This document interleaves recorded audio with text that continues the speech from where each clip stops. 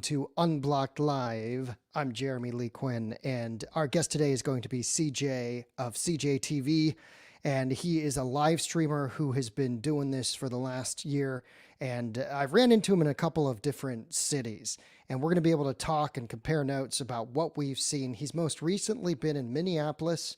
I saw him and ran into him in the LA area. We were both at Huntington Beach at the same time. That was the sort of infamous day of the supposed White Lives Matter rally.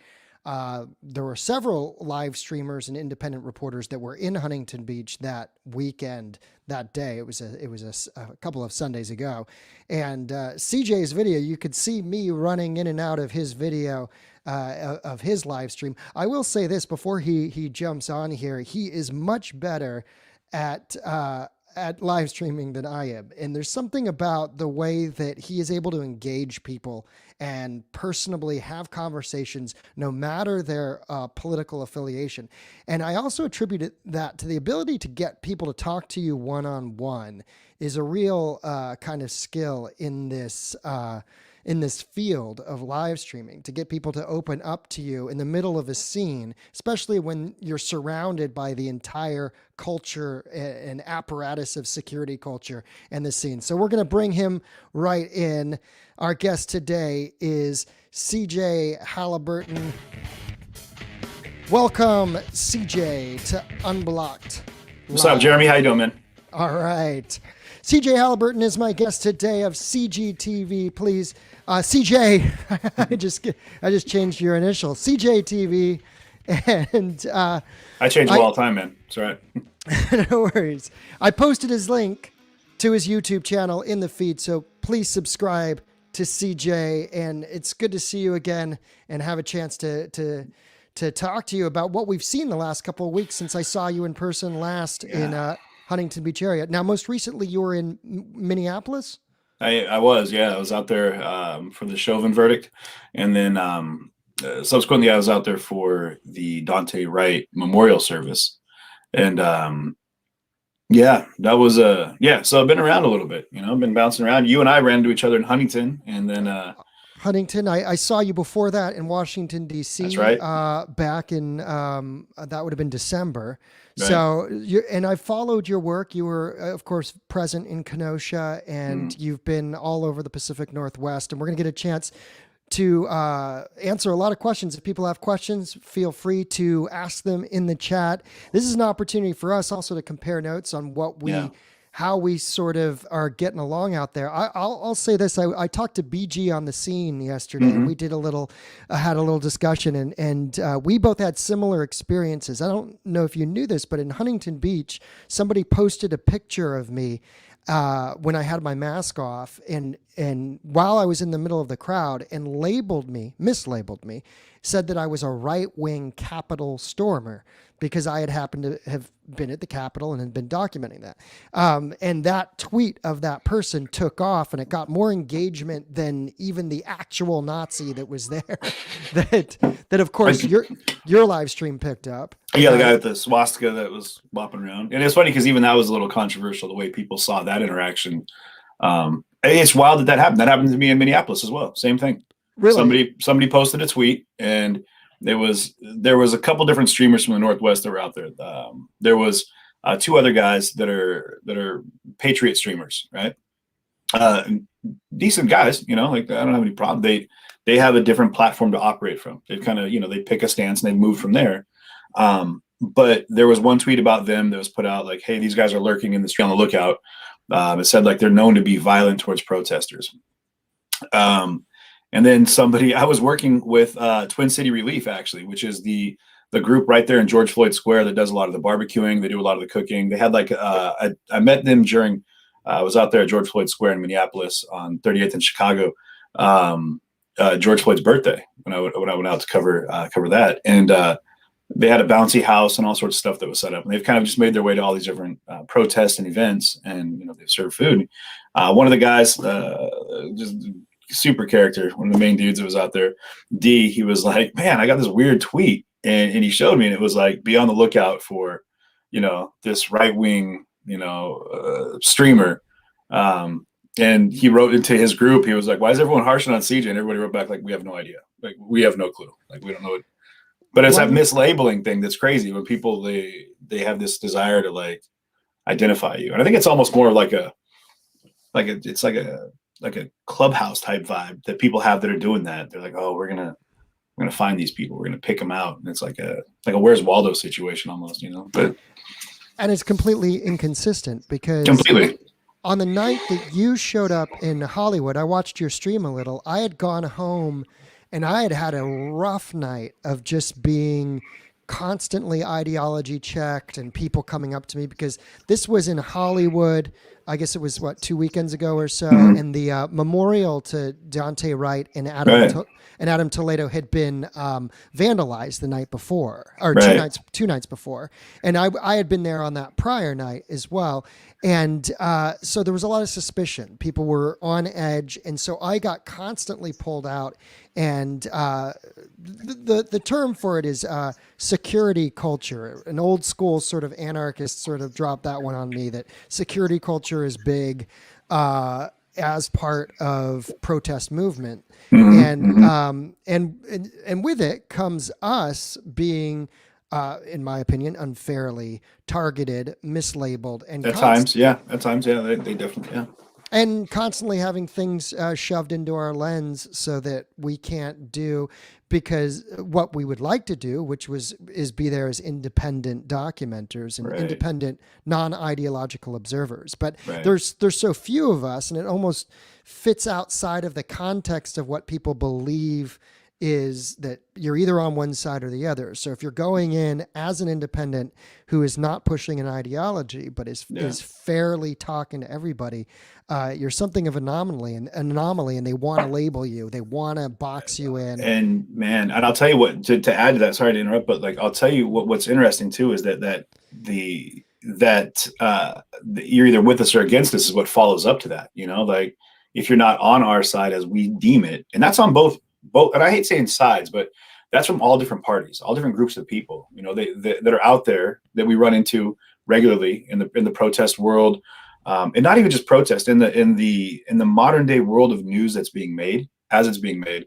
There's different groups that are out there, and they spend a lot of time obsessing over us and what we believe and what we think, and they've short-sighted their viewpoint and looked right, you know, past, or haven't even seen far enough that it's not at all what our personal opinions are. Because like with yourself and with myself and many other people that are out there doing independent journalism, it has nothing to do with our opinion at all, because that's not what we're out there to push at all. Which is why I carry a microphone everywhere I go.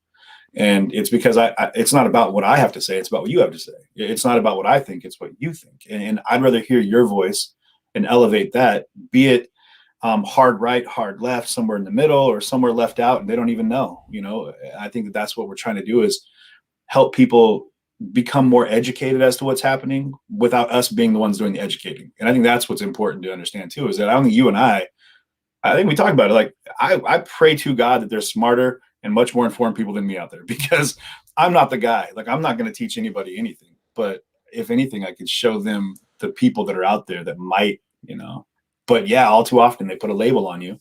I get that all the time. Well, are you a patriot? You know, like, are you an Antifa streamer? Or, you know, and it's kind of like these hushed tones. I'm like, no, I'm CJ. I'm just a humanitarian out here trying to figure it out, man.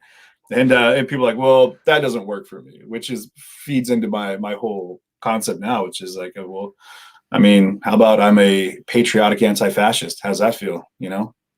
People are like, wait a minute, those are big terms. You can't mishmash those ones. You're not allowed to do that. I'm like, no, I absolutely can, because I'm allowed to do whatever I want. You know, right? And it blows people's minds. It really does, right? It when really you does. take that independent sort of stance.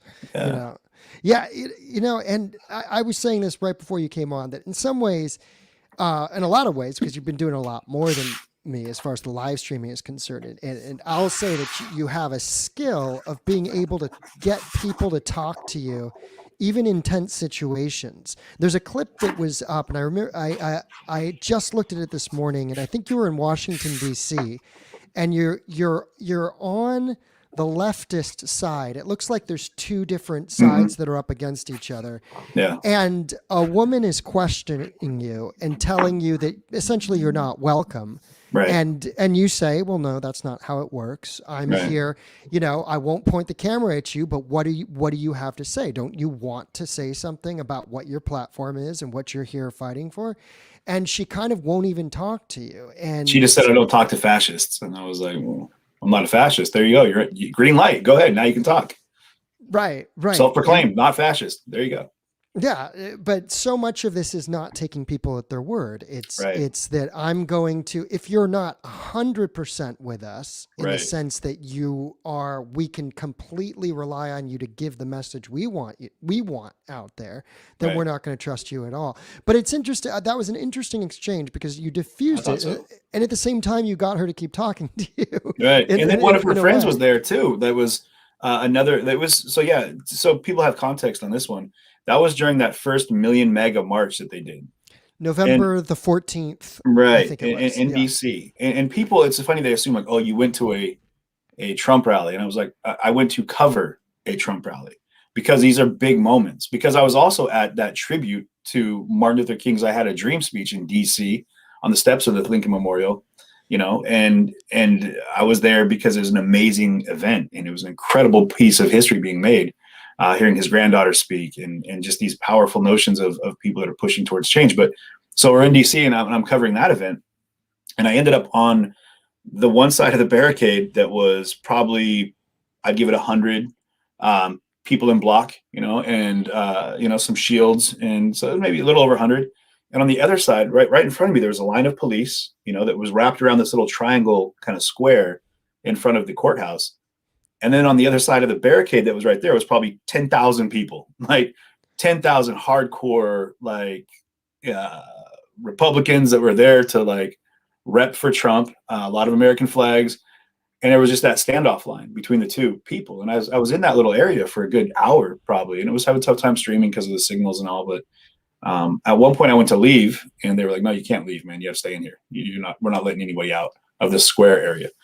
So when I walked back to where I was standing, they being the police or the police, yeah, the police were, because there was, the whole, like the entirety of that downtown area, Freedom Square, whatever they call it, had marched up the hill, and it was like they had unintentionally, but it ended up working, like surrounded this group of like leftists, if you want to say. I don't even know the best way to describe it, of blocked individuals. Block. They identify on Twitter as leftists. So okay, the folks who are of the revolutionary political left. That's another. Yeah. So it's tough. It's tough. Yeah, we don't even know what to say. Especially with titles, right? Like I really am trying to be sensitive to pronouns. I'm trying to be more cautious, and I have been for the last year because it's a microprocessing thing for me, but for other people, for the person, it makes a big difference in how they're identified. Much like you and I don't want to mislabel anybody because we don't want to be called something we're not. Right. So, exactly. So that situation was really interesting, and the person that came up to me. As I came back in, I hadn't experienced this yet, but a couple umbrellas got in my face, and I was like, I pulled one down and looked at the guy, and I was like, "Really, man? Like, it's a little late in the game for this one." Like, and then he kind of even just got out of my way. He was like, "You're right. I don't even. We're not going to stop you. You can walk any direction you want." And there's tens of thousands of people around me. So when I got up to the line, that girl came up, or the person, and she was like, "Hey, only film your buddies. Don't film us." And I was like, "Well, who are my buddies?" And she was like, "The police." And I was like, "I don't know any of them. I don't have any friends on this police force. Not that I wouldn't, but I don't have any friends here. Sorry. And I'm just here filming like everyone else." And I was like, what makes my camera more dangerous to you than the 10,000 cameras that are pointing at you from across that 10-foot gap? Is it that you're afraid of who I am or who I represent? And I was like, I can tell you I don't represent anybody. That's when the microphone came in. She's like, well, just don't film us. And I was like, well, I'm not looking at you. I can't even see you behind me. But then I pulled my microphone out, which conveniently was right there. And I was like, well, then say something. I've got thousands of people right now that are watching live. Tens of thousands, probably 100,000 that'll see this video. Like, this is a beautiful chance for you to tell the world why you're here. Why do you feel so strongly about coming out and potentially putting yourself in danger? Like, if this crowd turned and went sideways, like, they would steamroll past those police and they could potentially cause a lot of pain, a lot of hurt, and we saw that later when there was fights between like Proud Boys and Antifa, and people were getting stabbed and beat up. And I was like, why are you so passionate about this? I want to know. Like, I really want to know. And it's sad that there is a kind of like a code of silence amongst those groups, right? Like they've kind of said, we don't talk to press, we don't talk to media, we don't really talk to anybody. And that honestly really breaks my heart, because I've met some people in Block, leftists that have a really beautiful ideology. Like they really see it from a point of view that I was like, man, there's some common ground there in every grouping of life that I think we could all get down with. But it's tough because we can't get them to talk openly about it. And so it becomes a hush hush situation, and people deal with things they don't understand the way that we always have, especially like in America, like we're kind of like, I don't get it. We'll cage it. We'll figure it out. Like, I don't understand. I don't know what that is coming at me. Let's shoot it. And we'll go ahead and diagnose it later, like, which is probably why we don't have aliens coming and visiting us, because we shoot them out of the sky. Bigfoot's elusive because they know we probably shoot him and then diagnose his body. I'm just, no, but they almost, but it's a strike first mentality. In other words, that people are more, especially when they're on the streets, they're more concerned with these potential threats. And there's a very interesting video that came out of the Pacific Northwest recently, where somebody had essentially been inside a debriefing after a march of a Seattle group in Black Bloc. And they had documented the debrief, in which they're talking strategy about, hey, maybe we should have more people in plain clothes, because when we say out of the house into the streets and everybody's in Black Bloc, well, how, that doesn't appeal to, people, Joe they're Normal. talking optics. Okay. Yeah. Right. So they're talking optics. But then the conversation goes to, and then one person says, well, I can't take my mask off because then I'd be a target. And then you sort of think, well, what's that? What's the reasoning behind, there is, in my opinion, this sort of, as I said, this strike first, that there are certain threats that are assumed.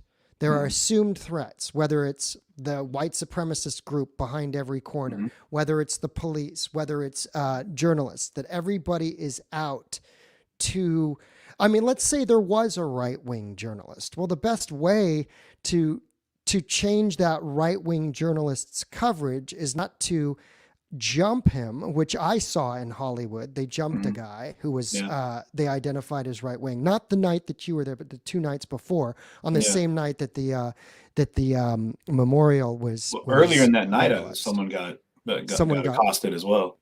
Yeah, and I saw there were a couple times. I was confronted several times myself in the Hollywood crowd, which is tough for me because this is my own backyard. Right. Trust me, that I understand. Being in Seattle, it's such like we have such a radically unique protest community here. The block in Seattle, Portland, and it's changed. The culture has changed so much. I was watching videos from the early days down in Portland, and these same people that are probably now the hardcore, like let's get them type folks were the ones that were like, and I'll pull up clips. I have a handful that I just pulled up not too long ago that were like, people are walking up and like, hey, we came out here because we were watching your feed and we wanted to be a part of what we're watching.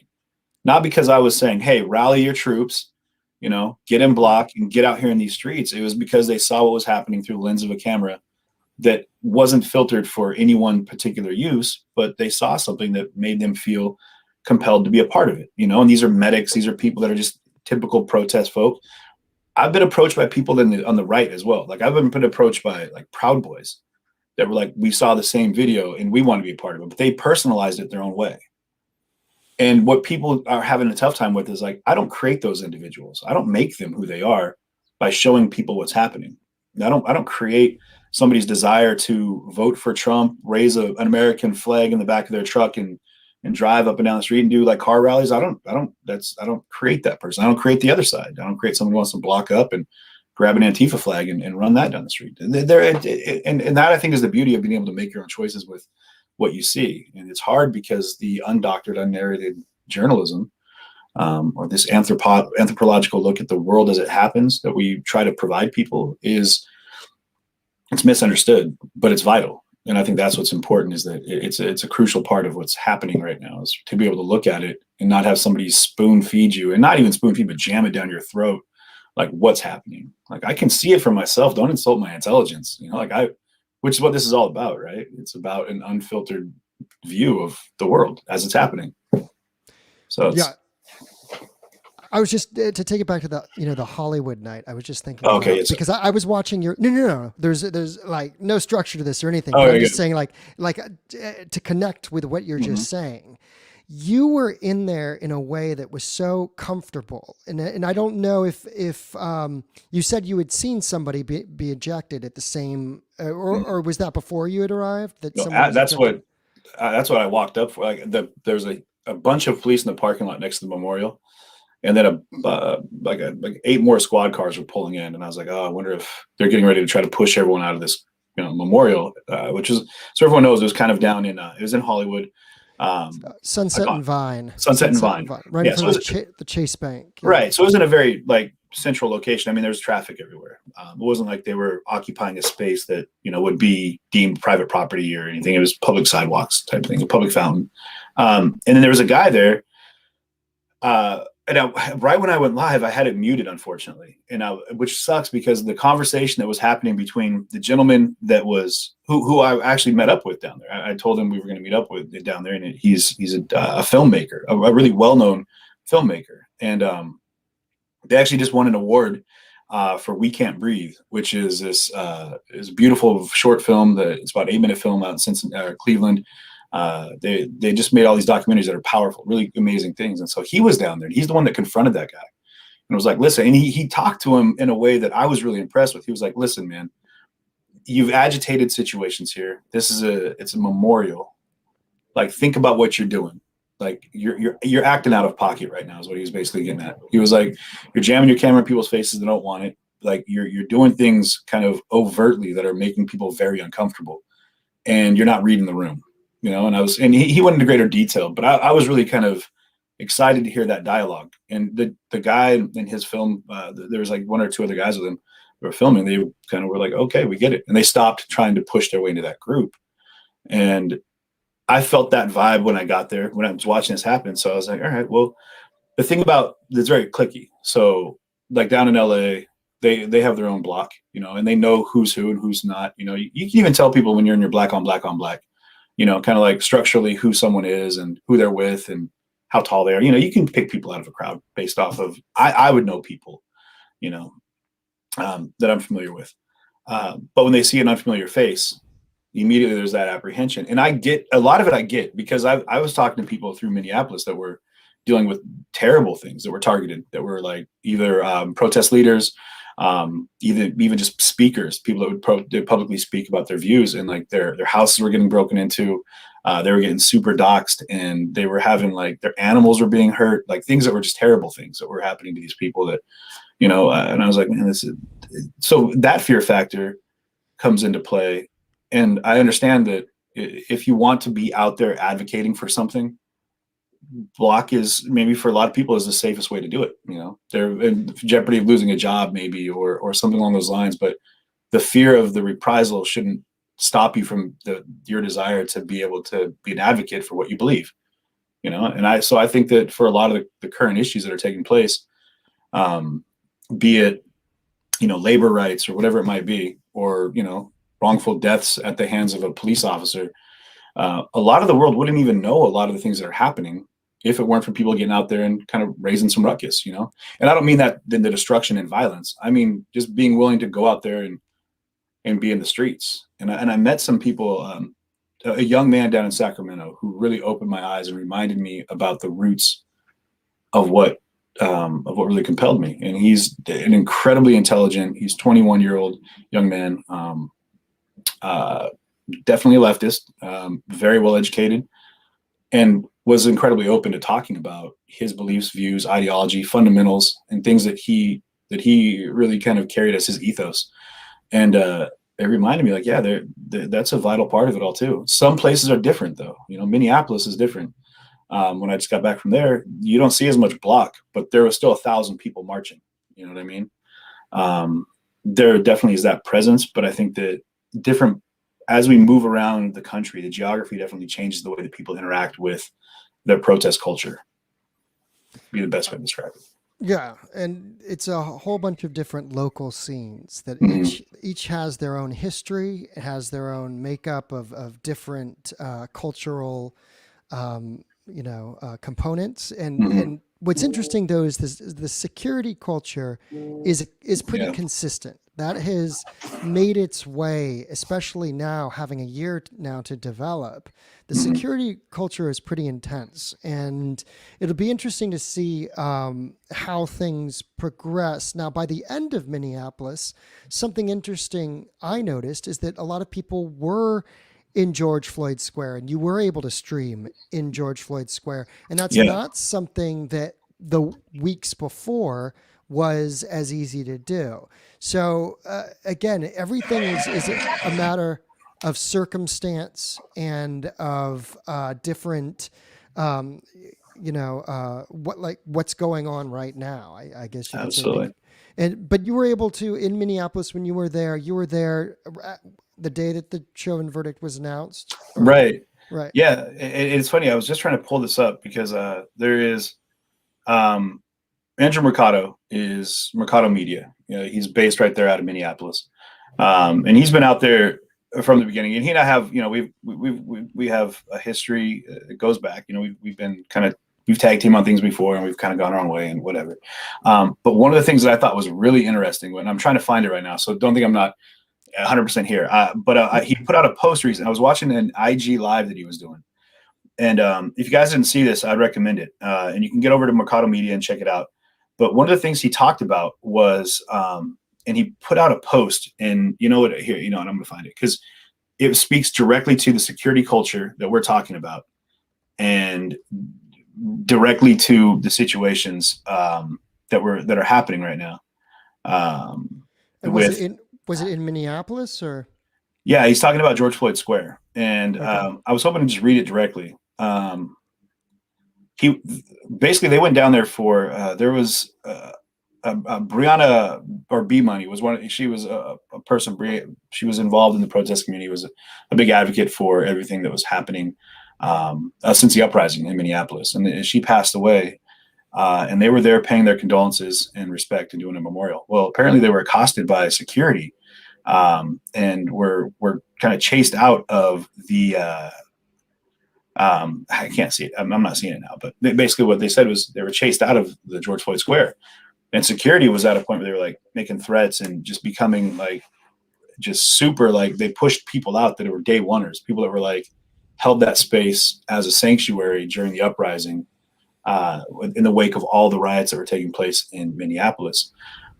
And even Andrew was saying how disgusted he was with the security. He was like, there's no way that that space will be held. If the city tries to come and take it back, people will not fight for that now. They're not going to like, you know, the connection to that place is being corrupted by this weird security that's taking place. And Was this before then the Chauvin? This was this before is the verdict. just Like after actually. oh, just So after. yeah, he was talking about that. Like when I was out there in George Floyd Square and the night of the verdict, and it was wide open, tons of people there. You know, we were it was music playing, and it was wide open because there was a lot of major press media there. There was just a lot of people that were there. You know, it was a big deal. It's international news. And what happened was once the crowds left, like the security came back in, and they were like, "All right, now we run this." And it stopped being a place, as Drew was saying, for like solidarity and for like comfort, you know, because that's kind of what it was as he described it, a place where he would, when he got done doing a stream, he'd come back if he was out of town, and he'd go there, and it'd be kind of like his kind of like soil your roots and nurture your soul type thing, because it was a very inviting, very inclusive thing. And that's what I experienced in Minneapolis, was an incredibly inclusive group of people, and very open, very willing to speak, very willing to share their views. Even at Dante Wright's funeral, I met some family, some friends, locals that were just incredibly engaging. Downtown, outside of the courthouse, in the wake of the Derek Chauvin verdict, just people were incredibly inclusive, and I think that's what's changed in a lot of the communities. It's become very exclusive. Like, you're not a part of this, so you're not allowed to be in here. But you said something I think that's important, is if you've got somebody, they keep talking about providing a platform to the wrong people. And I think that we need to understand that it's all about education and understanding.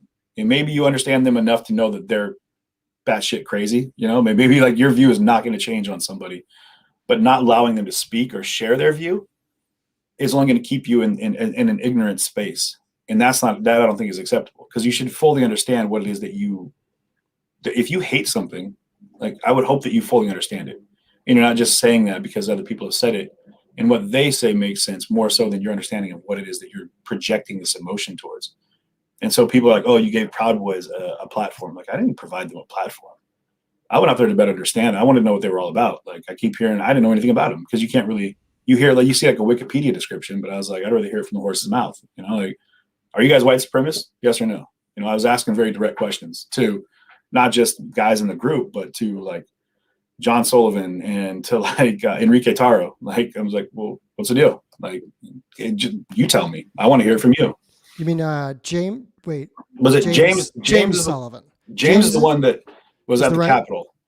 Yeah, his brother John Sullivan, I think, is the one that I interviewed. No, John. I'm getting backwards. Yeah, John was at the Capitol. So James Sullivan is the one who went to Portland. You're talking about Portland on September the 26th. Yes. The Proud Boys rally that was the. Yeah, and they had like the counter rally, and then they had the Proud Boy rally. Yeah. Yeah, and then they had smoke going up on the stage, and like it was a whole production. Yeah, they had a whole thing. It was a whole thing. Yeah, it was a thing. Yeah, I was there. I was there that day too, and for those who don't know, there were two rallies that were held. You know, if you were live streaming there at, I think it was called Delta Park. There was there was another rally that was a couple miles away, and this was done sort of intentionally. Somehow they figured out to have different rallies in different spaces of the city so that it wouldn't devolve into all-out brawls. So it's kind of like what happened in Huntington when we were down there. You know, they had that White Lives Matter rally that was planned, and then they were like, well, fine, we'll do an equality rally, like a BLM rally, like 2 hours before in the same space, and just hold the space. And so it kind of diffused what could have been a very, from what we saw in the tricklings, it could have been a very racially fueled exchange between two groups that are going to be very strong, have strong feelings about things. So it could have, but the question for Huntington Beach, when I look back at that, was how much of that, there wasn't much of a right-wing presence. I mean, there was only a couple of scattered. At first I said there was one guy with a swastika tattoo. Then after I researched all these other feeds, I realized there were like four people, like four different incidents. Did you see the Grand Wizard apparently that was there? Right. That's they were like, hey, that's the Grand Wizard. I think we were talking out in the street. Maybe I think in passing, and someone's like, hey, I think that's the Grand Wizard. Some dude in a baseball cap, and I was like, he had a cane. His name is something Hagen, and I think he had a cane, and he was in a nondescript sort of black T-shirt and shorts, and he was just kind of on his own. And that's one of the people that I was counting: the swastika guy, the Grand Wizard guy. Right. There was another guy who was a skinhead who had some kind of rune tattoos on the back of his neck. And then there was a guy that was all like wrapped up too, that got chased into the police station. That's the guy, the fourth guy I was going to say, the guy who had the kind of mummy wrap. And he was just out spitting a bunch of racial he was like, at one point he was like, hail Jesus and hail something else. And and it wasn't clear if he had a crew. Now the swastika guy had three people that were with him that the crowd kind of didn't even really notice. Did you notice how those guys just disappeared? Like once he got confronted, they were like, we're at they we're gonna go to Orange Julius to get some smoothies, you know. Like they just disappeared. They did. He had three guys with him as that clip. Did you notice that the thing about that that's interesting too is those guys that were with him all had long sleeve shirts on. They were all like full long sleeve button up shirts. He was the one guy with the short sleeve, and you know, he was proudly repping that swastika. Now I gotta talk on this for just a second if I can. The issue that I have is I posted a clip of that video. Just like a 20-second clip. You're in there actually. You're down in front of me. Like when I'm filming that, I climbed up on top of something. I was looking down, but you were like right in front of me. And when the Asian man he kept getting in front of him and saying, "Why do you hate me? Why do you hate me?" And the guy was walking, and the whole crowd kept picking up on it, and it just snowballed. It turned into this big crowd. You saw it. Like everyone started following this one guy. And he finally like grabbed the guy right in front of that. He threw him in the side of a police car. He was like, "Man, I'm trying to walk the pier. Get out of my face." And then he kind of like at the other gentleman kind of got a little close. I think he kind of might maybe bumped him or maybe hit him with the brim of his hat. It was kind of a little bit of a chaotic moment. And that's when he popped him, hit him one. And what was interesting about it though was that people were really like they were going into the details as to what was going on, why it was a big deal. Like, well, the one guy was blocking his path, was antagonizing him, and they're like, well, this guy is there because he's a white supremacist, and like, but you don't know that it could have been this tattoo. And I was like, let's just get down to the brass tacks with it. All right. It was advertised as a White Lives Matter rally, and they had the Klan out handing out propaganda in that neighborhood on Easter morning in Huntington Beach. I think it was in Newport. Was it Newport? The flyers, there were some flyers that went out. Well, someone had one in Huntington Beach that they showed me, and I assumed that they had got it locally. Okay. But Newport, it even had a hotline number that I called that went to South Carolina. Right. 24-hour hotline for the Klan, the New White Knights, or whatever it is. I think that was a Newport Beach story, but Newport's right by Huntington. It's really close. Okay. It's really close. Well, the guy he showed me the deal, and I was like, all right, cool. I took a picture of the one he had, and I called off that card. But so when you came out, you don't come out with flags and whatnot because they just happen to be in your pocket, right? You come out there because you want to make a statement. And so you have a group that's already there. They're holding space. They're making their statement, right? And then you have this guy that comes out, and a lot of people were just, what's that? It should be noted, though, that the group that was holding space, the Huntington Beach Black Lives Matter, I interviewed Troy, who's the organizer. They were on the other side of the street. So there's one detail that is important, which is that the counter protest of Black Lives Matter is happening on the pier side. Now that group gets restless, and they come over to the store. Let's call it the stores, shopping area, the shopping side. Yeah. And at that shopping side, there were only two guys with long flagpoles that were, one of them was having he was a former Marine. He was having a discussion with students, which was actually, I think you captured part of it in your stream. It was kind of active and interesting. The other guy was a really far gone QAnon. This is the guy that was saying that the Democrats assassinated Kobe Bryant, right? This guy was, that was funny. That guy, also, the Clintons killed Kobe Bryant. And I was like, right. What? And he was like, well, I just heard that one this morning. And I was like, you can't just be spitting that stuff.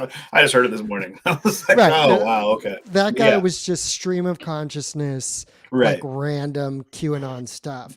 And then you had those two sort of, flag wavers, which isn't a huge presence. You had one guy who had this bushy beard and a beanie that said "Make America Great Again," and he was just kind of walking around. He wasn't messing with anybody, but he was just. Then you had bikers that were just like regular ass white biker dudes who were being accosted and mistargeted as they thought 3%ers if they had something that said 1% on their thing, which is a motorcycle club thing. It's a motorcycle like the Hells Angels, or it's sort of the 1%ers or the sort of outlaw lifestyle riders, that are just their life. Yeah. Exactly. So but the crowd doesn't know all this. They just want some targets. They're trying to, the mob is exerting themselves. So the issue that you have is that the activists come across the street to engage with those who they consider to be fascists. Now, of those, the four that I mentioned were definitely white supremacist types. The guy with the rap, the Grand Wizard guy who nobody even noticed him. Nobody even confronted him. I wasn't going to buy into it. Someone said that, and I'm like, oh, you want me to go over and be like, excuse me, sir, are you the Grand Wizard? And then have the whole world turn on this guy. And I was like, uncorroborated facts, man. I'm not going to say anything. He better be wearing a sheet out in this crowd with a pointy head for me to say, hey, you're in the Klan. Because the second you say that, even if you're joking, like that crowd is a whole bunch of people hear it and they're just, what Klan member? Get him. And I'm like, dude, I'm not going to be the guy to put that shade on someone. Like, I'm not doing that. No, I did do that with a guy with a swastika, but that's because there was a swastika. Well, be clear. Like I was saying, he came out to make a statement. And this is what people are looking right past. And this happened in DC with the standoff with the Block, Antifa, and Proud Boys. Like, everybody out there, not everybody, but in these situations, people try to generalize, but we need to be specific about what's happening. That guy, he was standing where he was standing. And you could, if you've ever been in a crowd, which you've been in many, we both have, it's not hard to understand, body language. The guy was there with his little group, and they were kind of holding their space. And it was not a coincidence that he happened to have a swastika tattoo that was, the one bare forearm in the crowd, right? Would make you assume that his group, there's probably more hidden underneath those shirts. You know what I mean? Right. But that's their business. But they were there to make a statement. The gentleman who got in his face, the Asian gentleman, he was making a statement as well. And maybe not by looking for an answer to that question, but by posing that question to him: why do you hate me? Why do you hate me?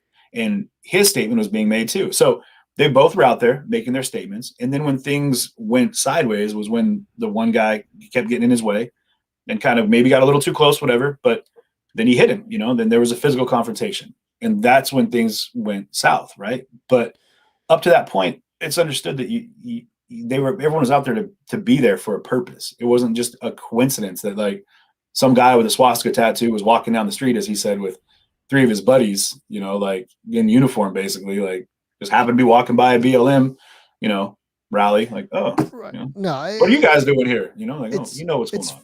Yeah, it's fair to say that they came with a purpose, that they came with an intent. It's interesting that both guys ended up getting arrested. The Asian guy got charged as well as the guy with the swastika. Now I in another live cast closer to that date, I had sort of questioned my own. You described, what it is if you had walked up to Grand Wizard guy and said, hey, started posing questions, that would have brought like all these people, right? It was a similar situation. So the Asian guy actually came up to me. He saw I was streaming, but he was talking to a friend of his right next to me within an earshot. And he said, there's a Nazi guy over there. And I actually turned to him and I said, where? And he directed me over them. Me and this other streamer, who I guess his name is Andrew, we both are filming him first, and the Andrew guy asks, can I ask you a question? And the guy with the swastika tattoo basically just tells him to fuck off. Yeah. Then the other guy shows up, the Asian guy, and says, why do you hate me? Then the guy walks away and he pursues him. He says, no, if you're strong enough to, stand up for your beliefs, tell me, why do you hate me? That's right. When I keyed in, actually, when I was really started following that group. Right. Yeah. And then he gets in front of him, and he does stop a little to initiate contact. In other words, he stops a little and then he pushes him out of the way, so forth.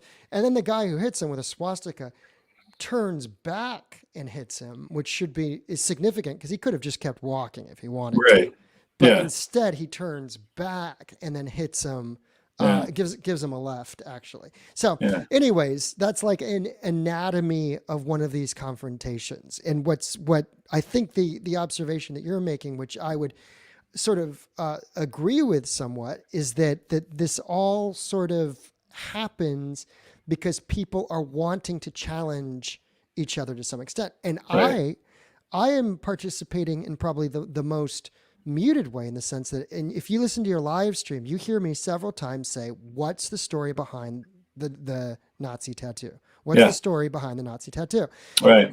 But as I'm asking this, I'm sort of asking myself, okay, am I agitating the situation or am I just trying to get the information? And I hope that I was able to maintain the line, but obviously each time I'm saying it, I can feel the crowd, other people hear it and kind of move in. Because it stopped being a question at one point. It was a question for you. It was a statement for other people.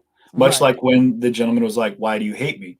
For him, it may have been a question, but for other people, they don't hear the why. They just hear, you hate me. You hate me. And that's like the human ear and our subconscious are trained to like pick up on things like that. We don't, the entirety of things kind of moves past our processing points. Like it's marketing, it's like a billboard situation. You have like 2 seconds for the human eye to capture what's ever on a billboard. So it has to like be loud, brash, and like catchy. So you're like, oh, that's where they're selling fireworks. I see that because I'm driving by at 80 miles per hour and something about it said fireworks here with an arrow. There might've been a million other words on that billboard, but what you saw is what stuck out to you. So that's how we process with people. And in these situations, that's what it comes down to. You're asking a question, but that crowd quickly kind of goes a different direction. Well, because you take the information, which is, oh my gosh, this guy has a Nazi tattoo. He has a Nazi tattoo. Nazi. And what's sort of tough to kind of, as someone who's chronicling this, and without taking any, again, not about sides or this or that. I mean, obviously, morally, I want to stand up in my work to and say no to Nazis. That this is, Yeah. we don't want. As much as I'm an advocate for free speech, I'm not. I'm also an advocate for saying that society should say no to Nazis. Yeah, no to hate. I mean, we should no to definitely, hate. let's agree on that one on a human level. We should all agree. Yeah, we should say no to hate. Let's say Right. no to hate, everybody. Can we do that? All right. Exactly. And specifically in this case, that is a hate symbol. Now, you also have to understand, I've been running around since last May and June, and I'm curious if your experience being from the Pacific Northwest was much different than mine. This was the first time that I found a legit. There was one other tattoo, and it looked like the guy might have had like an 88 prison tattoo. This was in Tulsa. I found one guy out of the thousands of people that were there to see Trump in Tulsa back at the end of June. And so this was the first kind of bona fide statement white supremacist type that I'd seen. So I would not be, I would be dishonest if I didn't admit that it was somewhat exciting in the sense that I'd been pursuing this kind of, I'd been hearing white supremacists. So when I finally found one, it was like I was asking the question. But I'm curious. It's a fabled unicorn almost. Like, all right, everyone gets tagged with it, but you're like, what is anyone really? Like, where are they? Because they do exist. They definitely do exist. Let's not shadow that out. That's the other thing, though, is that the crowd called 9 other people Nazi that weren't Nazi before they found the one Nazi. There was a guy in a Levi Strauss shirt. He had a Levi T-shirt. Remember that guy? They were like, well, you're a fascist. Yeah. And he was like, well, my wife bought me this shirt. Like, it's a Levi shirt. It has an American eagle on it, or a bald eagle, whatever. But he's like, well, how am I a fascist? You know, what are you talking? And you could tell that guy was there because he said he was curious. And you talked to him, right? He was like, yeah, I'm just curious and wanted to see what was going on, asking some questions. And he was filming on their side of the pier. On the pier side, yeah. On the pier side. And so then the confrontation became, well, why aren't you wearing a mask? He wasn't wearing a mask, right? Outdoors. Which immediately is symbolic of being a right-wing, like patriot, like, I mean, you fill in the blank, anything that's not. Well, that's somebody came up to in Hollywood. That's what the guy said. You don't belong here to me. And I said, I'm sorry, what? And we started having a conversation. He said, I saw you talking into your live stream without a mask on. That's a red flag. And I was like, oh. You're like, was I socially distanced? Was I, was I under 4 feet? Because apparently all you have to do is duck and COVID can't get you, because you can walk into a restaurant wearing a mask, but once you sit down, COVID free, right? I'm like, all right, so and I don't wear a mask a lot of times because I can't breathe, man. My nose has been broken so many times that and I've got diminished lung capacity from having H1N1 back about 9 years ago. So it's kind of like, I feel like I'm getting waterboarded. So I have to be really cautious about what I use for a mask. Otherwise I start hyperventilating and it's not good. Not that I use that. I just don't wear a mask at great things unless I need to, and if I'm in a crowd, like I was wearing one in that crowd because you're in a crowd of people, and those are red flags for a lot of people, the whole mask thing. But you're out in Minneapolis and like on a march of 1,000 people, you know what I mean? And you're not seeing a ton of masks in that crowd either. You know what I mean? It's a blend, but I mean, a mask, that's a whole nother segment. Yeah, it's a whole other that's a whole other can of worms. Yeah. Definitely. But I've seen people in Washington, D.C. especially. There was one incident and I think it was before December the 12th. So it must have been the night of December the 11th in Washington, D.C. I saw them just go after anybody who didn't have a mask. Yeah. And it was selective outrage because I saw them one after another go after white people with with no mask. And then a group of like 4 or 5 black people came through, Black Lives Matter, and they were just like, okay. Like they didn't mob them. It was selective. It was selective outrage as interpreting the indicator of this is a white person without a mask, so we're going to mob them. So look, I'm just being honest about what I've seen. I've experienced it. Trust me. Like from the very beginning. I mean, from my very first time going live up in Seattle, like I had multiple people be like, "Hey, are you a cop? Are you a cop? Are you a cop?" And I was like, "Why? You look like a cop." And I was like, "What do you mean I look like a cop? I'm a bulky white guy with this face, cop face apparently, and but I Resting was cop face. resting cop face. Yeah, exactly. But I had like my cousin with me who was running camera, and so I had a microphone. I'd walk around. That's always my thing. You do interviews, like I want to talk to people, and they're like, "Oh, he's undercover," and I just laugh. I'm like, "How undercover do I look? Like I'm a 250-pound dude with a microphone and a cameraman. Like how covert is that? It's like so overt that it's covert." I'm like, no, that's not how it rides. But people have, and then it escalated. It was like, "Oh, he's a Fed," and it was like, "No, he's CIA and NSA," and I was like, "You guys, I'm using an iPhone."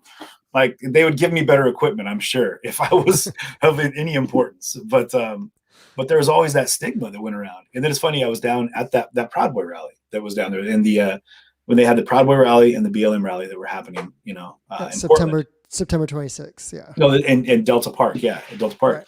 And I had a guy that was with me that came to hold camera, and I had security with me at that point because I thought there was going to be a huge clash between those groups. And so, I had like my guy from Straight Up LLC, runs a security company out in Seattle, a big Polynesian cat, and this guy Dawson was with me. And Dawson, we're in the hotel getting ready to go out that morning, and I'm giving him like the gear that he needs. And we did like a trauma kit coverage because I carry trauma kits everywhere I go now ever since Kenosha.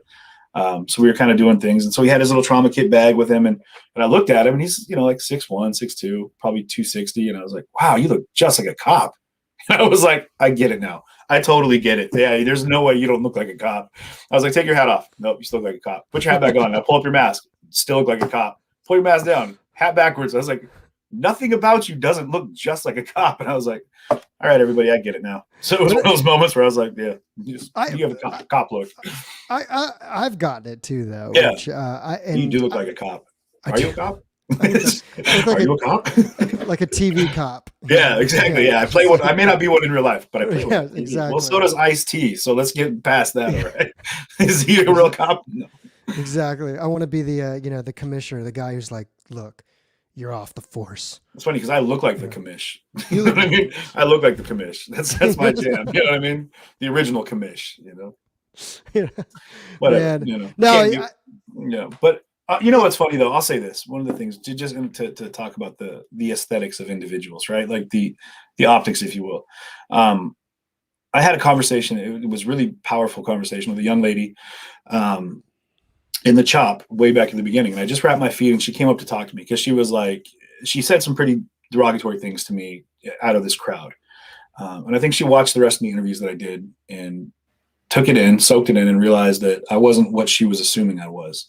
And I didn't get a lot of, that didn't happen. That was very rare in the beginning days. In the chop Chaz, even down in Portland, you didn't have people that were like accosting you and being like, you're not allowed to be here, get out, Like they were just, it was more inclusive, much like what, a lot of things were until security channel, like the structure started changing and whatnot. But and the groups that were more in control started becoming more in control and getting a little bit drunk with power about what they could do and who they could control. And the Northwest got really bad with that.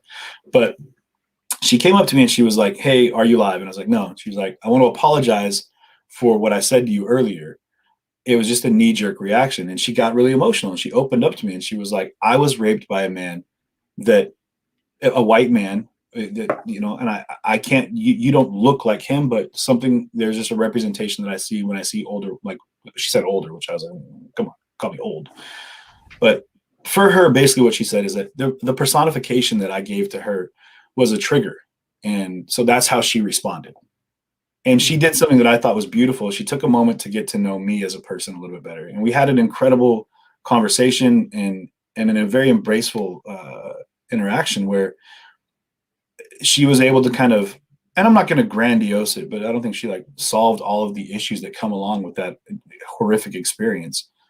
But she was able to process at least that experience with me and get through the moment of seeing something that to her triggered, because for her, that was something in her life that was a very traumatic experience. And that carried with me throughout a lot of my time that I spent in these different protests and throughout the country, is I realized that we don't know what someone's life experience is. We don't know what they've gone through. I don't know what you've gone through entirely. I don't know what a lot of, 99.9% of the people that I've talked to have gone through.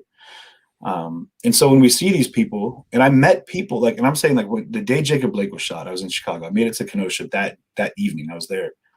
What you saw in front of the police station wasn't a group of block that was out there, F the police. It was family members and friends, people from the community, people who knew Jacob that were part of his community, that were like heartbroken. They were in tears. There was crying. There was yelling that was coming from like a place of deep hurt in their soul, and it wasn't rehearsed. It wasn't anything other than when these people were looking at these police, they saw the person that shot Jacob Blake for them, and using that. And granted, I'm sure people have things to say about that, but if you look at that on a bigger scale, when you see something that to you triggers an experience in your life that was, traumatic, you're going to respond in kind. There's going to be things in you, microprocessing things, microaggressions that are going to come out. And I think that we need to move as we're doing it. We're moving forward as a nation, and the younger generations are slowly, they're educating past and out of these microaggressions, where we see like my parents' generation were around during segregation. That was a part of their life. And so the things that are in them, some of the triggers that they have, some of the little knee jerks that they would have had growing up, was just kind of part of like society at the time. And we're moving, I hope, and I ask that question a lot, I hope we're moving away from those things, so that when we see somebody, and this is specifically based off color, based off religion, based off these major indicators, that we don't immediately assume them to be a part of the negativity of the history that we've been taught.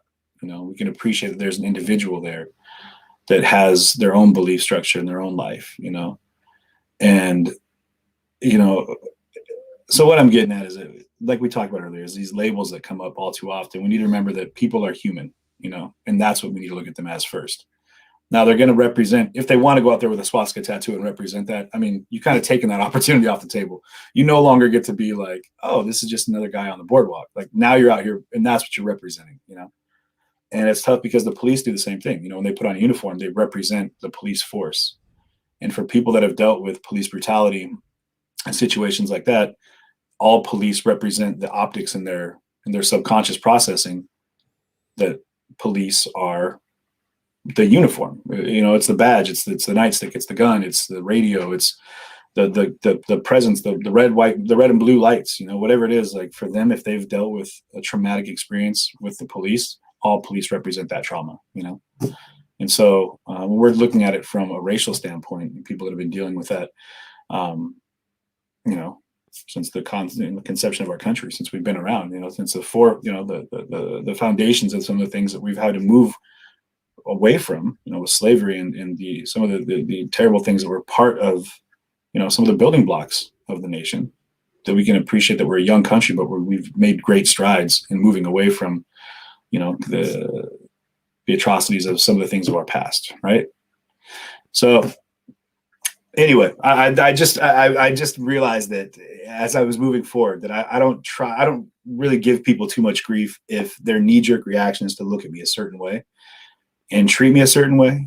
I just have to react through kindness and understanding, and give them an opportunity to look at me differently. And hopefully I can represent a group of people that look like me, or, carry themselves the same way, whatever, or maybe it's independent journalists, whatever it is whatever group I might be able to represent, and they might be able to see them differently through the course of understanding and conversation. And I think that's what, it's scary to think that a lot of people are talking less and judging more in a world where people are thinking so much differently than each other, and we should celebrate that, difference. So.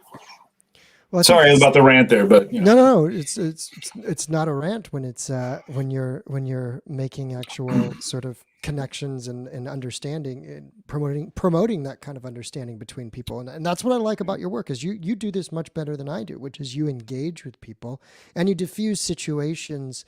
I try not to get defensive when people call me the wrong thing. I'm, as we've talked about, that happens to you too. But that you're willing to sort of stick it out. I think this is what we're going to be all tested on in some way. uh, because the one sort of consistent roadblock that if you're any independent that's out there covering these kinds of actions is security culture, and that exists on the right as well as the left. And you know, I've seen that when I met you. They were in DC. DC, yeah. Remember that? Yeah.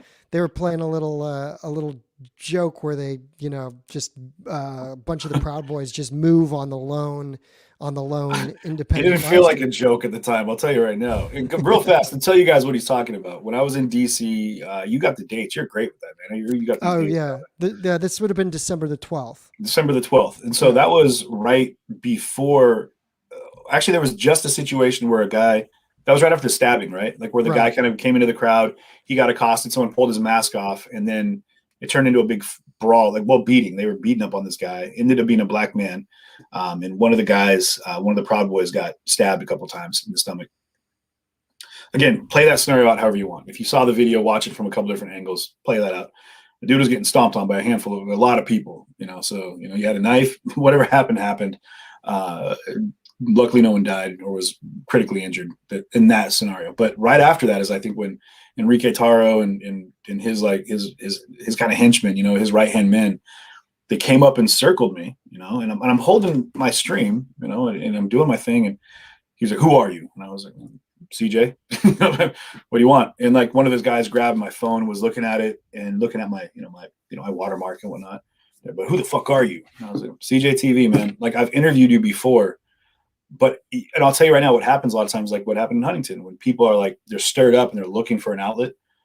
This is late in the day, and these guys were, I mean, it smelled like 151. Like they were breathing fire. And I was like, man, I'm inhaling, I'm getting drunk just inhaling y'all's breath right now. Like everyone had been drinking. And that's kind of what the Proud Boys are self-revered as, like a drinking club. You know what I mean? Like Enrique said it in Portland. He's like, well, we're just a group of drinking buddies with a patriot problem. And I was like, okay, well, you know, there you go. They were definitely on the drink that night. And they found somebody that they could target their attention. And they were like, they thought that I was an Antifa spy, right? And they were like, you know, ready to, you know, elicit some street justice as they saw it, you know what I mean? Had I been an Antifa spy. But what got me is I was like, well, what right do you have to accost me right now, regardless of who you think I am? Like, if you're out here fighting for the freedom of the streets right here against Antifa, you know, but then you act in the exact same way. I was like, what right do you have? I was like, get the fuck off me, man. Get away from me. And I was like, what? Why are you touching my camera? And one came up later in the night as I dropped after the stab. Actually, it was before the stabbing. After the stabbing and all that big fight and everything, I took my sister was with me. I took her and dropped her off in the van. I was like, I really don't want you out here. My brother-in-law will kill me if anything happens to you. You know, I was like, your husband's gonna, you know, it'll be the end of me. And I grabbed my vest, my stab vest. And as I came back, one of the Proud Boys like rolled up on me and he grabbed my phone and threw it, you know, and he was like, "Fuck you, CJ, I saw you earlier," is all he said, and took off on a razor scooter. And I was like, you look like a punk right now, man. Like, can't haul up and like talk some shit to somebody and take off on a razor scooter. That's against the rules of the streets. You stay and fight it out, bro. You do not get to accost me on a razor scooter. That is against the law of the streets. And he took off, and I was like, the fuck is that supposed to mean, man? You know, and then people are like, "Oh, you're a Proud Boy." I'm like, no. Like, look at what happens out there in the streets with those same people. They're like, "No, you're not one of us." And then I was talking to people like, "No, we don't talk to press. We don't talk to press." And they had one of the guys that came up and he was like, "Man, I've been following you from the beginning. I really appreciate your work." And they grabbed him and they rode him to the side of the street and they were scolding him. They're like, "Dude, you do not talk to press if you're out here representing us." And I could hear them giving him the business. And I was like, holy shit, dude. Like, why are you guys all so worried about it? Like, what? You know, it's the same security culture from the left that was being practiced on the right. You know, they had all their earpieces and you know, and they were singling people out. There was like who was out there? Like I mean, there was tons of people out. You were out there. I was out there. There was BCP was out there. You had I mean, everybody was out there. I just talked to BG on the scene. I talked to a lot of people who've been out there. They were out there that night because that night was so chaotic and it was so all over the place. But you know what happened that night, real fast, and then I want you to go on. Was what I was talking about. How everyone's there to make a statement, right? Like people are out there to make a statement. The Proud Boys were out there and they were like marching around. They were like F Antifa, F Antifa, F Antifa. Antifa was out there with their flags, F the Proud Boys, F the Proud Boys. And everyone was battle geared up, ready to brawl. And so I got grief. It's not about me, but when the police were kind of like kettling people around, they were trying to channel the flow of traffic to keep these groups away from each other. Well, finally, there was a break in the lines. Proud Boys came around the corner one way, and Tifa was there. There was no one between them but air and opportunity, as they say in the streets, and they rushed each other, and it was a fight. They were fighting with each other. Exactly what they were both looking for. Was this over by Black Lives Matter Plaza or by the hotels? No, it was kind of closer to like in between the hotels and the plaza. It was in the streets out in the middle. Okay. This is when the one girl on the scooter, there was two black girls on the scooter. Like she got knocked out really bad, and but she had a knife at one point. They were like, oh, she was stabbing people, or it was just the melee when people are getting stomped on. And at that point, like one guy was on the ground getting kicked and beat on pretty good, and I pulled a bunch of people off him, and I was like, man, get up, and I kind of shoved him back towards the shield wall they had, the Antifa wall over there. And he went down again, and my sister, much against my what I was telling her, I was like, just stay out of this. You need to stay away from this group. I don't want you to get hurt. She even went out and picked the guy up again and was like, hey, buddy, you need to get out of here. Like, get out of here. And I saw people that were, it happened again. Like someone was getting stomped on. I was kind of like, hey, man, back off. Like they're already down. You don't need to stomp on this person. Like you fought. Like be a man. I don't want to say be a man about it, but be a man about it, man. Like I've never been okay with seeing people get done on the deck. Like stomped out. Like if you fight, knock someone down, like if they're ready to call it quits, you help them up, shake hands, you go your own way. You got it out of your system, right?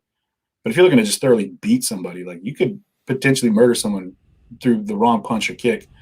Now everybody's implicit, everyone's going down for murder, and like you don't need that. Like if you want to get out your aggression, man up about it, make it a fight, deal with it, and then call it good. They have a mutual combat law in Seattle or in Washington. Oh, really? Like if we were in the street and we were like, hey, you want to fight? And I was like, yeah, I want to fight. The police would just step back and like, hey, they agreed, they want to fight. We could scrap it out right there and then be like, all right, cool. Got it out of my system. Well, that's what's so interesting. And I've reviewed, I had one guest who was there for, the cider riot. The cider riot was in Portland in 2019. Mm-hmm. And what's interesting is the police were supposedly close by. And they let the thing play out. And at different melees, people are actually like shaking hands and then like going into fisticuffs and then shaking hands at the end. And then it gets bad because a woman gets knocked out, right? And then it just all descends into, all chaos. Yeah. All chaos. So, this thing that was happening on, December the 12th in Washington, D.C., kind of people who made the trip were there for some kind of action, physical action. At one point, a big MAGA group marched on Black Lives Matter Plaza. They came out of like an alley that was to the west of it, I believe, and they just sort of made a surprise march. And then they marched, and then it was just mayhem. Yeah. And well, I got caught in that too at one point when I first got there that day.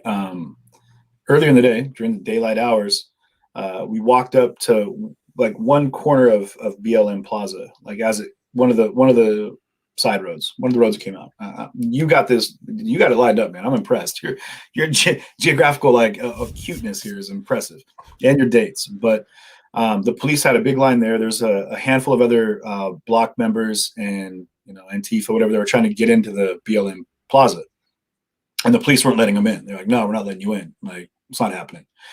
And they were holding that space. Now, to be clear, before I even went out there, I made it clear. I was like, listen, if there's going to be an issue, like, I'm not going to fight it. They advertised for this space. Like, they put out flyers and online flyers and whatnot. Like, and they're like, hey, come to BLM Plaza. Like, we're doing a protest. We're doing a rally, whatever you want to call it.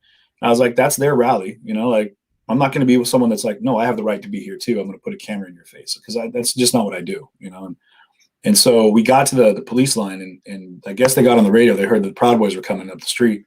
So they opened up the police line. They're like, get in there. You need to go ahead and go in. Otherwise, we're going to end up with a brawl out here on the street. So they let them through. And when the police line opened up, I was like, oh, okay, well, I'm going to go in here. I'm not going to go all the way down the street, the one block down to the plaza, and end up having to be an issue. But I went in, I started interviewing some people. And then we got immediately accosted by a group of like 4 or 5 people that came up. And it was interesting. Because they were like, we're not even trying to talk to you, bro. You just need to get the fuck out of here. Like, you need to leave now. You're not welcome here. And immediately I was like, no problem. I'm out. I'll leave. No worries. I got it. And the guy that was telling me kind of stepped back. It was this younger black gentleman. And he was like, you had a problem with this or how we worded it? I was like, no, man, this is your event. I'm not trying to be antagonistic, man. You guys don't want me to be in here. It's totally cool. I get it. I'll kick rocks. And it was crazy because he shook my hand. It was like, I really appreciate you doing that. I'll let them know how respectful you were. Like, I really appreciate you being cool with this. Meanwhile, my sister, who didn't get it, she's like, "Well, you can't make us leave." And I was like, "Please, just be quiet. Just walk away. Just walk away." And she was really like arguing with somebody over here on the side. But the one gentleman that came up to me was like, "Oh, man, all right, cool. I appreciate you being compliant or whatever, however he worded it." And I think that moment for me was a big deal for them too, because I was like, "Listen, man, like we all are allowed to be out here, but like we don't need to fight while we're out here. Like I'm here to get understanding, not to be an agitator I don't want to be the news. I want to cover it. I want to be able to ask questions and hear what you have to say. But you and me sitting here having a fight is going to be a highlight reel. Sure, I'm sure like you'd get viewers out of it. Like, oh, it's going down, but I don't care about it. That's not my focus, right? And I don't think it's yours either.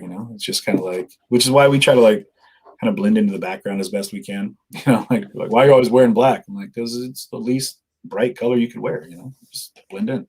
You do blend in, and that's part of it. Thank you. Is part of it. Yeah. No.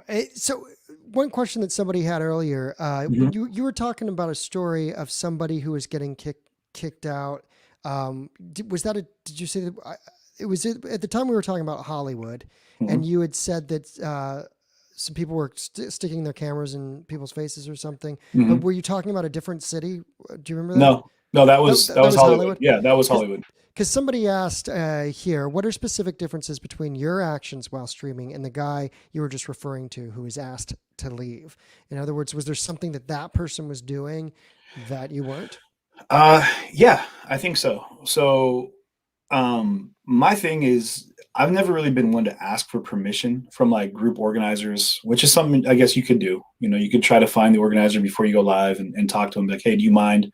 This is your organize. I mean, and I say organizer, I mean, if it's an organized event, you don't want people to feel like you're crashing their party, right? Especially if they feel like you're, maybe they don't understand you entirely, but they like I said, that knee-jerk reaction to your presence might change the dynamic of what they're there to accomplish, which is they were holding space as a memorial for Dante Wright and Adam Toledo. And now, when I got there, I didn't walk right into the mix of everybody and start filming people that don't want to be on film. A lot of it is tact, I think, knowing how to work with a group of people that are already kind of leery. I make sure to narrate my way in and let people know like, hey, what I'm doing. I talk through my stream because there's people there that are monitoring the streams at all time. Like I said, I was joking. I'm like, watch, if I go live here, I did it in LA. I was like, I'll go live and then I'll wait for a minute. I'll just stand in a corner and I'll wait. And eventually you'll see people doing this one. Like, oh, there he is. I'm like, all right, cool. So they get notification. And the people that don't want you there are going to say something. Other people are like, oh, you're here. They came up. I had a guy came up that we had dinner with that night. That found me. He's like, oh, I can't believe you're in Huntington Beach, man. And he knew where I was at, came up on his bike and was like, bro, I'm so glad you're here. I want you to meet my family, and that's where we got a chance to break bread that night. But the way that I went about it down in California was different. I found people that were there. You got to read the room, that looked like they would be willing to talk. And so I found a young black man that he had a bicycle, I think. And I was like, oh, he must be local. I was like, all right, so do you mind if I ask you a few cool questions? Do you mind being on camera? And so we started talking and we were having a conversation that kind of snowballed, which was really cool because the other black gentleman that got involved was from the UK. He's from London. And we started talking about the difference in the police forces between armed police and unarmed police and how things are done differently in other places. And then another individual came in and she was part of the production team that I was actually looking to meet up with, the one that are doing all these incredible documentaries. And she's a biracial Jewish woman. And so she's half black and Jewish. And she was talking about the way she has to change her appearances in order to get into certain places without being harassed differently by the police. And we had a really incredible conversation. And I think that's what opened up people to the realization that I wasn't there to like dox anybody. I wasn't there to antagonize anything. I was simply there to get a better understanding of what they were there for. And I think that it's going to take some time for people to fully understand that that's that's genuinely what I'm out trying to accomplish, which is get a better understanding. But to answer that question, I think that I didn't see what he had done originally to upset the crowd. But I think that it could have just been, put his camera in front of the wrong person and then decided to stake his claim to that space, but posted a flag and was like, nope, I'm allowed to be here. I'm going to be here. And then that's all it takes sometimes. And then they're like, all right, well, no, you're not. And so, but I've had it happen. I've had it happen where people are like, like I said, in DC, we don't want you here. I'm like, oh, okay. That's fine. I got booted from DC from Black Lives Matter Plaza myself in a pretty spectacular way, in the sense that I was quizzed on Juneteenth, and it was just, there were weird ideological questions that were asked of me, and I kind of didn't get them right or didn't understand why I had to get them right just to walk through, right. And so I think I kind of walled up on them just as much. And I think that's because if, I try to keep my opinions out of my work, but the security culture, if I'm going to be critical, it's so overwrought, it's so fanatical, and it actually does the opposite of what I think they want. Because if you want people to be sympathetic to your cause, enforcing a fanatical security culture does the opposite. It just pushes people away, so that you're only going to be preaching to the converted, essentially, that are already buying in 100%. Yeah, it nurtures the echo chamber, like in a big way. And to those subcultural rules, if you are 100% in, that's all we want. Well, unfortunately, when you do that, you're not only going to be pushing away people who might be sympathetic to your cause or are curious about your cause, but those who are willing to cover your cause. So pretty soon, if all the cameras are pushed away, how successful are protests that happen in a vacuum that people aren't finding out about at all? And that's going to be the bigger questions that folks who are heavily involved in these scenes are going to have to answer, I think, because I saw I discussed this with BG just the other day, that in Portland, a fellow named Justin, who is a reporter, he had his glasses broken, and even an Antifa-aligned, a young woman who's an Antifa-aligned reporter whose work I've followed in the Pacific Northwest, she is no longer going to do, in other words, that they're even going after their own Antifa-aligned streamers. Then that security culture and power getting to such a, extreme point in such a heightened level that you're kicking out anybody who's either going to, want dialogue or be sympathetic or even just give you coverage. Right. And so I think that I think it's overhyping what the critical nature of what they do. So they don't want cameras to capture an act, a direct action, right? As it's referred to. But did they assume that direct action is something that in itself is going to make great highlights or great headlines to draw attention?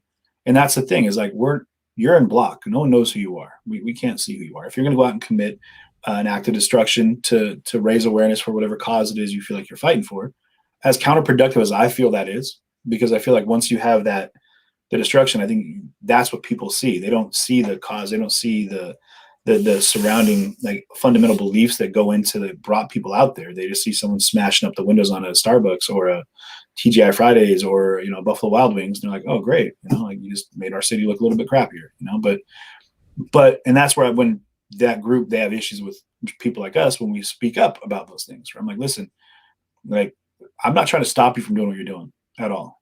But if you're going to do it, like, appreciate that I'm not the only camera in the world. There's closed circuit TV everywhere. Like, there's halos out in DC that, like, are crazy facial recognition cameras that are everywhere. Like, I'm not an enemy right now. Like, just appreciate. I'm just someone here that watching what's going on. Now, if you don't want people to see it happen, that's one thing. Maybe you should, and what I read last night, I was hoping to find it. We're just talking about security measures that are taken within these kind of autonomous movements, and that's how they want to be very decentralized security, decentralized movements that are, your ones and twos. Only speak to people that don't talk openly in groups, even if you feel like it's a trusted group of comrades, as they worded it. Like, they were like, don't do this, don't do that. And I think I took a screenshot of it. And if I have it right handy, I'll pull it up for you real quick. But it really kind of caught me off guard because I realized that the way that they've got it set up is one where they were encouraging people to do things, direct actions in their own cities. And it's, one of those things in the Twitter sphere, it goes off into the void. But as they were telling people in their own cities to do these things on their own, but not to allow it to be like a publicly discussed event. And they said don't even joke about something that you feel might be a direct action worthy event, because somebody else will hear that. And, like there's always, they say people are always listening. And I was just like, wow, it's getting deep, like they're really, which makes it kind of scary, honestly. Cause like, what are you planning that is so secretive? Like, that's why people don't trust it. And that's why there's so much like pushback. Cause they're like, listen, like, even if your cause you feel is legitimate, like if you're going to do something that's wildly destructive, other people could get hurt, and that's where it's like, they call them, collateral damage, right? Well, collateral damage could be human life, it doesn't just have to be the building next door on either side, and, you saw it, I saw it happen in, in Kenosha, people were out, they were out protesting, and the protesting turned to a riot, and the riot turned into massive destruction in a city that didn't deserve it.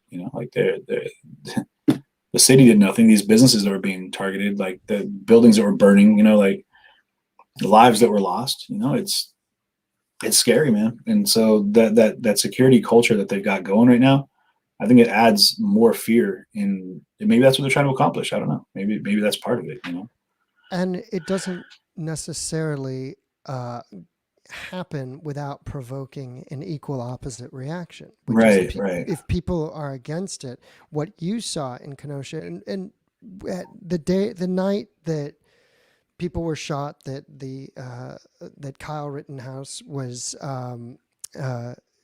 involved. Were you there before that night, or did you arrive on that night? So I was there. Like the entire a couple hours after Jacob Blake was shot until. That's right. You said for like 2 weeks basically. Yeah. So you saw that whole progression in Kenosha, Mm-hmm. and in other words, it started with, I think you described family, community. Mm-hmm. Then at some point, did you see activist and black bloc groups come in, and then at some point militia that were like the counter response to that? Is that an accurate sort of trajectory about how stuff like that builds, or how would you, in your own words, describe what it was like being in Kenosha for several days? Yeah, well, I mean, that would be an entire episode in its own segment. Yeah. But I'll say this about riots and like protests that take on destruction becomes part of the process. They're incredibly adaptive, like amazingly adaptive, in like this super like hyper speed of adaptation, where they see something that kind of works, and then immediately that becomes part of the fundamental, and it's just as building blocks, and it escalates. And you saw that with things like a car fire. One car was lit on fire, and it made a lot of popping, a lot of big flames, and it was like, oh well, if this one we can burn, there's 100 other cars, let's burn all of them too. And then it was like, oh, we can get away with burning this building, let's burn that one too, and that one as well. And it started off with these dump trucks that they had these city trucks that were there, and they used those for blockading the road. And one got lit on fire, and then another and another, and by the end of night one, there was like 3 or 4 dump trucks that were burning. And then that just made its way towards the city, and then there was some structure fires, and you didn't see that happening at the hands of I'll say specifically that I watched people light these things on fire, and they weren't people in block. I watched them like dumping gasoline into the cab of a city truck and lighting it on fire, and it wasn't people in block, which is, like I said, it changes as you get further away from some of these like major cities, you know what I mean? And but that presence slowly became part of it, over the course of a couple of days. But the militia groups or the armed citizens as well. It wasn't just militia-esque individuals. It was like armed citizens that were and what was interesting about the dynamic there is like the first guys that I started talking to had Justice for Jacob on their bulletproof vests, and they had BLM patches on the back of their helmets, but they looked just like a militia group that would have been, like a Patriot group or a 3% group or whatever. And so they were getting kind of accosted by the crowd, and they were like, dude, we're here to protect you guys. We're here to protect the citizens of the streets here. We're here to protect these buildings from people that are coming in and destroying your city. Like that was like the libertarian militia, the one that was on, because they said that if you're against the government, then we stand with you. And then they said all lives won't matter till Black Lives Matter. Let's go. And there was a clip of these guys. Some of them had yellow shirt on. There was a lot of diversity amongst the armed individuals that were out there. So like, I couldn't say they were all dialed into the same, but that definitely was one of the. Was that at the gas station? At the gas station, it was by the gas station, and there was guys that were just wearing like. One guy looked like a World War II paratrooper. Like he had the most interesting fatigues on, and I swear he had like I remember my dad having an old helmet from back when he was in like the army when I was a little kid. Like it looked like something out of, out of a costume shop. But and these guys were like yelling at each other, and there's guys on the rooftops. And they were kind of like directing, they were never like pointing their guns at people like that. When I was around, they weren't like, get away from this building or get away from this. They were just kind of putting themselves in front of these different shops and different, different stores and car dealerships, but didn't stop from happening. They just became another one of the targets. The guys on the rooftop were having rocks and bottles thrown at them. And the group just got pushed out of the park. I think it's Civic Park, by armed individuals with, tanks and tear gas and whatnot. So they got pushed right into this waiting group of militia, or other armed individuals. And so for them, like I said, your knee jerk, your optics are like, oh wait, you're all together, you're all part of it. And so that's kind of how that went down, and then of course it got terrible when lives were lost when Rittenhouse actually, pulled trigger. And so I was amazed that was the only gunshots that were fired, through the course of that. There was other reports of things happening, but like as far as like reported fatalities, like I would have assumed that the gasoline and fire combination that was that crowd and the chaos that was there, that was something that I've never experienced. I think people, we've been in Portland and we've seen that happen there. We've seen what happens in Seattle when you've got some tear gas and you've got the police presence. But when there's a complete lack of police and it's like anything goes, like the chaos does take over. And there's something in some people that don't have the dividing line that says, all right, that's not acceptable. I don't do that. Like I shouldn't do that. And then they say it's an opportunity comes up, I'm going to do it. If they don't have that stopper, in their lexicon of things that they hold to their belief system, like I can get away with it, I'm going to do it. And there's people that just act that way. And then that's where a lot of the people that were there that were doing just that. There were most were from out of town. They said that there was like 85% of the arrests were from people that were from out of city, out of state. Out of like the 100, I don't have the exact number in front of me, but it was like well over 150 people that were arrested. There was, the majority of them were not even from the area. So it wasn't like it was opportunity that came up to do something chaotic and destructive. By that last day, so much had in the previous days. I'd been watching streams, and there were so many odd occurrences. Guys with guns that were yelling at Bearcats that were. There was that one video of a guy just standing there in front of the Bearcat with his AR-15 or whatever he had. Yeah. There were just so many surreal.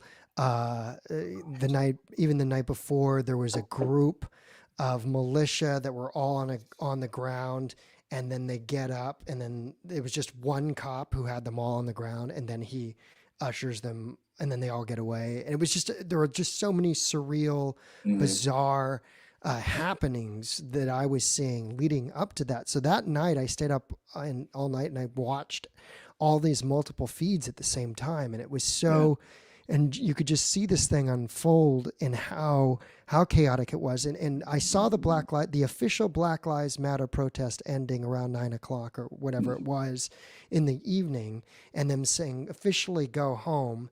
Then around that City Hall Plaza, that park, all of a sudden another group comes in, and they're doing it. They're in block, and some people are doing rallying cries, and then they just are throwing stuff against the fence and shaking the fence, and certain fireworks are being used and so forth. Yeah. And then they clear everybody out of that park area, which had to have been one of the most you think that this is an error that you would have known by when was Kenosha? It was already in August or so. August, yeah. And you'd think by then that they would know, because this is what I saw in Santa Monica, California on May the 31st, which is they gassed people, and then everybody was sent towards the store, the businesses. Right. And then so they just burned businesses and broke. Their frustration went to the community. They went to the community. And that's exactly how, yeah. Bro. It's exactly how you saw Kenosha. Yeah. Portland's the same situation in front of the federal building. That's like a government block right there. Like that park there's courthouses and federal buildings that are like surround that entire park. And so when they're like tear gassing people and chasing them out into the streets, it's like now it's the citizens and the community out there that have to deal with it. And this is exactly what you're saying is Kenosha. Like that blew my mind. I was like, stop, man. Like make this your standoff point. Yeah. But you guys can weather the storm. You have tanks and artillery. Like you'll be just fine. But if they want to go ahead and have that violent exchange, let it happen here where you have, like I said, big fences and armor proof or, bulletproof vehicles that can actually take that. Not like, like a mattress store down the street that's getting burned down, or a tattoo shop, or a wireless store, or, someone's home, or, auto dealerships that are now being lit on fire. I mean, they did find their way to the DOC building and burned that one down. But like in between there and the where they were pushed out, there was just violence and destruction the entire way. So those giant fences, they could be like they're like a chew toy. I've said, if you have them and they're, if people are focusing their energy on them, then they're not going to be, focusing it anywhere else, and it's the same thing in Portland. Somebody asked if we had seen Ted Wheeler's press conference. He said, did CJ or you see Mayor Ted Wheeler's press conference actually calling the protesters anarchists and asking the public to help identify them as they arrive to marches? I did not see that. No. So yeah, to Oceana 23 on YouTube. I didn't see that press release, honestly. A lot of Ted Wheeler I just block out just because it's one of those local politicians that I was just like, oh man, especially, just these photo ops that he did. Like when he came out to the crowd, he stood in that crowd. Right. Did you remember this? And got tear gassed and, for a minute, and then he got evacuated out right away. But I was like, come on, man. Like, don't you fake it. Like, don't act like you're out here and you're with the shit, or whatever. Like, you're just like, I'm here in solidarity. We don't want these guys here either, these federal agents. But then he goes back to his building and he's like, kick their ass, whatever it is. So I kind of blocked him out. Well, you're from the Pacific Northwest also, from further up north, but there is a different energy there. I've noticed, even compared to California, there's a different energy and sort of, when it comes to being plugged into the ideology of what can happen. And any final thoughts as you move forward? How do you see things having changed? Do you feel any sense in our collective consciousness of with the Chauvin trial, being over? I mean, obviously there's going to be all these other officers that are going to be tried as well, but is the energy from where you're from and across the country, how would you characterize that? And what do you imagine you'll see, or even just hope that you'll see in the next couple of months? Yeah. I'll tell you the energy you're talking about, I think it's like the perfect storm, I think, in the Northwest. There's, and to be clear, I'm not going to be most of these people you see out there protesting are young individuals. They're young people. A lot of them are students, and a lot of them are very well educated. Like, they're educated. I say very well, but they're educated. They're not ignorant individuals. They understand what they understand. They believe what they believe. And you gotta understand, like, a lot of that liberal aspect of, I don't say liberal, man, that's just not the way to do it. But a lot of these hard left individuals, they're younger but educated, so that you're going to find them a lot of the schools, a lot of the colleges. We have a lot of community colleges in the Northwest here that are really well known. People come in to even just come to our community colleges, but we have some incredible universities in the area as well. In these places, like in downtown Seattle, you have Seattle University, Seattle Central Community College. You've got Bellevue College. You've got University of Washington. You've got all these, University of Puget Sound. You've got all these colleges that are all in the area, and so it's like a hotbed for these, different beliefs and different understanding, different educational aspects of political system. And it's kind of been a little bit more accepted in the Northwest. The protest community, how it's been done, and I think it's changed a lot in the tactics that were used. And we saw it happen in the Chop Chaz. As Andrew was saying, it's happening in George Floyd Square now. These places that are being kind of like the security overhaul of who's in control is undermining the opportunity to allow there to be an educational platform. And so what I'm hoping will happen moving forward is that the protest community will become more aware of the fact that, like, the more platforms they have, the better opportunity they have to spread their message, right? And I'm hoping that as more common individuals, like everyday people, are involved in a movement publicly, that those will be the people that we get a chance to talk to and be a part of the understanding. And I see that a lot in other places like Minneapolis, even in California. I met some people down there, Kenosha, all over the place, where people are at Louisville, where people are just open to talking and they want their message to be heard.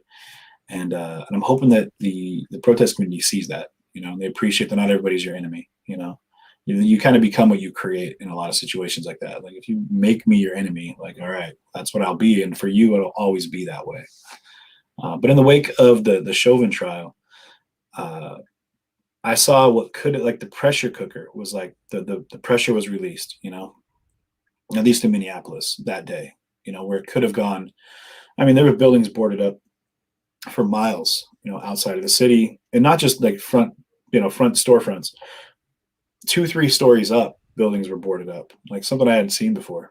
And I'm hoping that eventually, as people are seeing that they can take a little bit of stock and faith in some of the systems that we have at play here in the United States, that figuratively and realistically, some of these boards can start coming down, and we can put more faith in change and evolution and growth and understanding and inclusive involvement with our beliefs. But it's going to take work. It's going to take work, and it's going to take a lot of individual work for people to open themselves up to being willing to see things differently and to see people differently and to start seeing people instead of seeing a title, instead of seeing a logo that's put out in front of you, generally, unless that's what you're putting out in front of you. I mean, if you're wearing, like the guy in Huntington Beach, if you're wearing a Proud Boy shirt, guess what? You're going to get dealt with like a Proud Boy. That the people are going to see you as a Proud Boy. But I hope that people can appreciate that we need to stop dehumanizing our society, and quite the opposite. We need to put a little bit more tenderness back into the way we deal with each other, and appreciate that the collective group of voices is going to get us to the growth and the movement that we need as a nation to continually move towards. So these kinds of conversations, people need to have more of them. I would agree wholeheartedly. So thank you for being here with us today. CJ, where can people find you? Your CJTV Media, is that the CJTV Media LLC. You can find me on YouTube, Facebook, and Twitch. IG as well. You can go over to CJTV Media. If you search it anywhere, you'll see my fat head, so it's pretty easy to find me. We're trying to be a little bit more involved in some of our platforms that we don't spend a lot of time on. But come on over, set yourself up notifications, become a supporter, help support my boy Jeremy as well, set up as a supporter over there as well, and help the push and need for the independent journalism, so we can keep giving more eyes and ears on the streets, so people can see and experience the history that's being made in the world around us. Here. The CJ. There was a plug for you. You didn't ask for it. That was your plug right there. No, thank you. No, I You're appreciate it. And folks, yes, if you're not watching right now on YouTube, please subscribe. YouTube.com/Unblocked Live. This has been another episode of Unblocked Live, the anti-polarization podcast. My guest has been CJ of CJTV. Thanks for being with us. And until next time, we'll do it again. Looking forward to it. Later, Jeremy. Right. Take it easy. And we're